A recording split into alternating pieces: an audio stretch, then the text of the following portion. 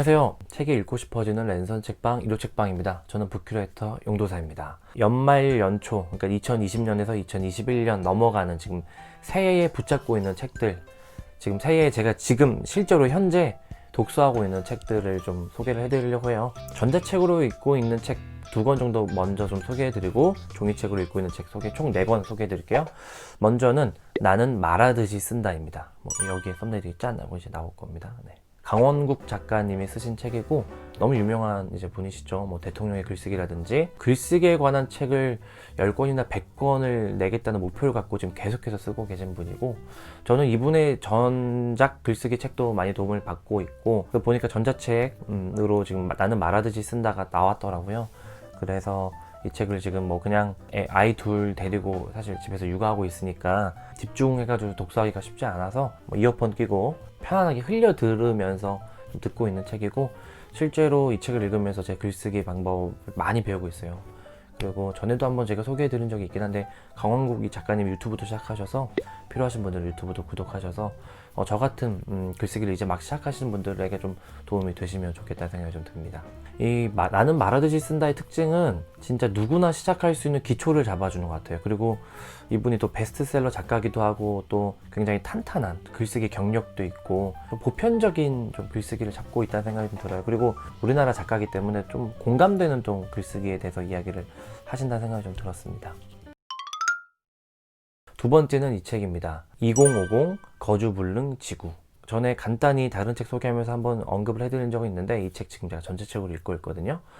진짜 너무 충격입니다. 네. 미국의 저널리스트인 사람이 이 기후 변화, 기후 위기라고 일컬어지는 이 기후 온난화 문제를 거의 총체적으로, 종합적으로 굉장히 좀 심각하게 좀 사이렌을 울리면서 굉장히 다양한 이제 그 데이터를 담아서 좀 제시하는 책이거든요. 그래서 이 책을 읽으면 진짜 너무 심각성을 확 받게 되는 책이에요. 제목이 말하듯이 2050년이 되면 전체적인 온도라든지 온난화 현상이 너무 심각하게, 지구 표면 온도가 2도 이상 올라서 2050년이 되면 지구의 생명체가 거주할 수 없는 상태가 될 걸로 지금 어떤 과학자들이 전문가들이 판단하고 있다. 이런 사실 굉장히 좀 충격적인 이야기고, 저는 부끄럽지만 이제 사실 아이들이 태어나고 난 다음에 더 이 문제가 좀 심각하게 다가오긴 했어요.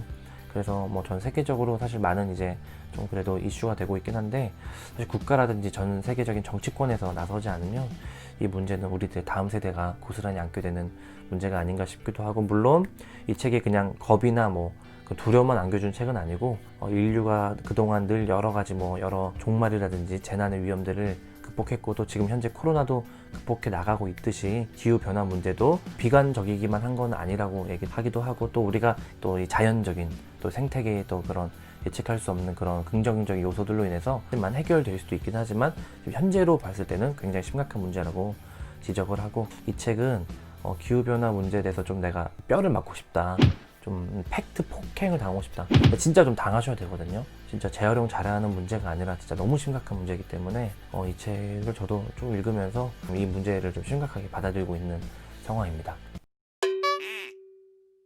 세 번째로는 이 책입니다. 조직신학 서론입니다. 저자는 볼파르트 판넨베르크라고 하는 거의 세계적인 이제 신학자예요. 독일의 신학자고, 그러니까 현대 신학, 이제 20세기 신학하면은 칼 바르트, 칼 라너, 폴 틸리, 위르겐 몰트만과 함께 늘 거론되는 신학자 볼파르트 판넨베르크입니다. 이 신학자는 지금 현재 굉장히 다양한 책을 썼고, 조직신학 두꺼운 책을 썼어요. 그게 우리나라에도 세 번째 책까지 번역이 최근에 다 됐거든요. 너무 고마운 일이고, 그 조직신학을 3권짜리를 저술한 다음에 미국에 가서 초빙 강연을 한 걸 엮은 책이 바로 이 책입니다. 1990년대 초반에 이제 원서가 나왔는데 30년 전의 책이긴 하지만, 신학의 어떤 그 기초, 전통적인 신학, 체계적인 신학의 기틀을 볼 수 있는 책이에요. 이 판넨베르크는 약간 그 역사를 굉장히 강조했거든요. 그래서 역사성 혹은 그 역사적인 구성, 이런 것들을 굉장히 강조하고, 그래서 역사적인 변증 혹은 역사적인 그 새로운 어떤 그 종합 체계 같은 것을 굉장히 강조해서 이 20세기 현대의 이 전통적인 신학을 다시 복구시킨 굉장히 타고난 신학자로 많이 알려져 있고, 신학을 전공한 분들 혹은 철학의 맥락에서 신학을 탐구하시는 분들이 이름은 분명히 들어봤을 법한 신학자이기 때문에 이 얇은 책으로 약간 입문서예요. 그러니까 입문서. 그러니까 조직신학 서론이기 때문에 그 조직신학 본론에 들어가기 전에 이 책을 읽으면 사실 서론을 좀 볼 수 있는 책인 것 같아요. 사실 현대신학에서는 이 서론 프롤레고메나라고 하거든요. 이 서론의 문제가 굉장히 사실 중요하거든요. 내가 신학을 어떻게 할 것인가, 근대 이후에 신학을 어떻게 내가 구성할 것인가라고 하는 그 방법론을 사실 기틀을 제시하는 거기 때문에 사실 그 전에 전근대 시대에는 사실 서론이 필요가 없었거든요. 그냥 신학을 하면 되는 것이었죠. 신학을 구성하면 되는 것이었지만 현대 시대에는 사실 신학의 쓸모라든지 신학의 위기에 봉착해서 그것을 넘어서서 내가 어떤 재료와 어떤 기초를 가지고 신학을 하는지가 나와 있는 것이기 때문에 신학 전공자분들께는 좀 좋은 소식인 것 같고, 마지막으로는 이 책을 지금 읽고 있습니다. 책의 이론 입문.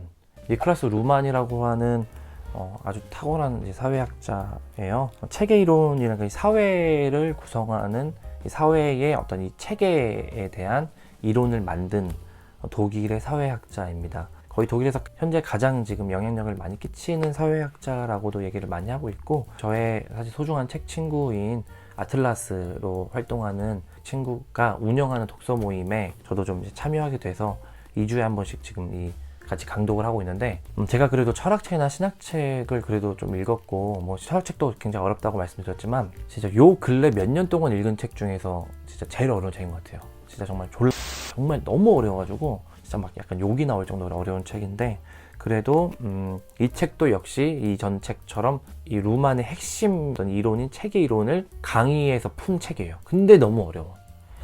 진짜 정말. 그래서 사실 이 책은 제가 내용을 이렇게 막 이해했다고 하기는 어렵고, 이 루만 수십 권을 낸 저자고, 우리나라에는 최근에 뭐 수능 지문에도 나올 정도로 탁월한 사회학자이기 때문에 이 책은 언젠가는 저도 진짜 언젠가는 이 책을 완독을 하고 제가 이해를 해서 일요 책방의 컨텐츠로 남기는 게 목표입니다.